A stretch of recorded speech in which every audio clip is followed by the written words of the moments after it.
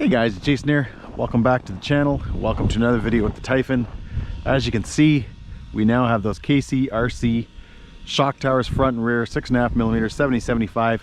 If you missed my last video, I'll leave a link to the description. You'll see me getting those things installed. But we're out today because we've gotten a ton of powder in the last, day. And I really just want to see how this thing actually does in full-on powder with pretty much no base, no nothing. It could be a complete flop. If you look down and there's 3 or 4 or 5, 6, 7 minutes of runtime, that means things probably worked out. But anyways, let's give it a shot.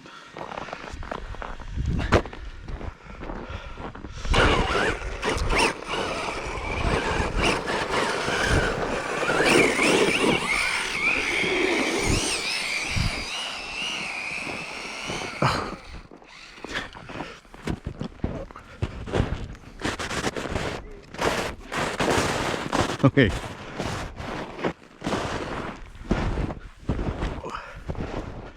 Not quite what I had in mind.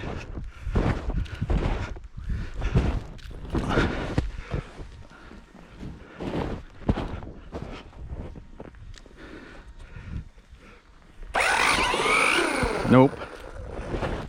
Not working. I have to find some place where it's not so deep.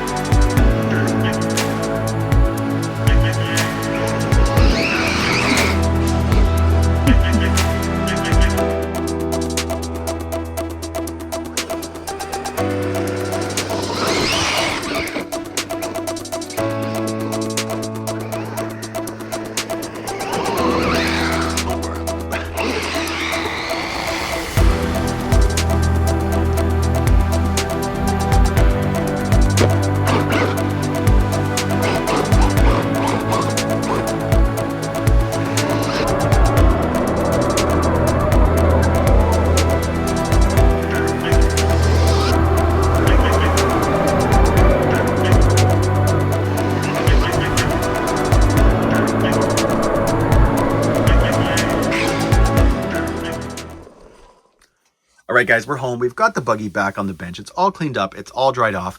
And I'm going to, guys, try to end this sort of quickly. There's a lot I want to talk about between this video and the last video, but I'm going to do sort of a snow-related Tytphon video very, very soon. But what I'm going to say is this.